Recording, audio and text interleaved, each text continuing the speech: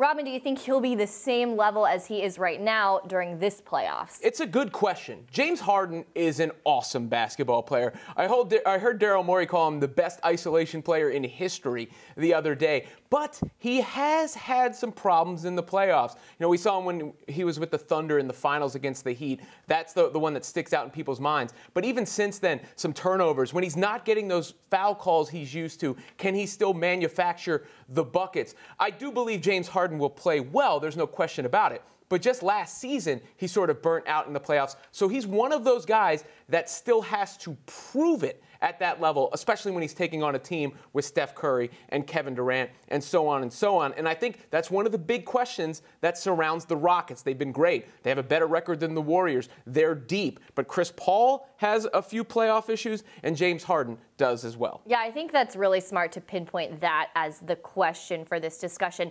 I can't say what James Harden is going to do this finals. It's impossible for me to take what I've seen before and predict what the future will be based on that. What I can say is that I have seen him continue to grow, and I think he looks the best he ever has, but especially mentally to me, he looks the most mature that he ever has, and I think that he's continued to evolve his game mentally more than just the on-court play. So I think that that's a promising thing that would lend me to think maybe we'll see something different this year, but it's impossible to predict that we will. And maybe Chris Paul will help him there because he takes a little bit of that pressure off and he can let him get a breather on the bench as he's running the show. Capella has obviously gotten better this year. It's made it intriguing.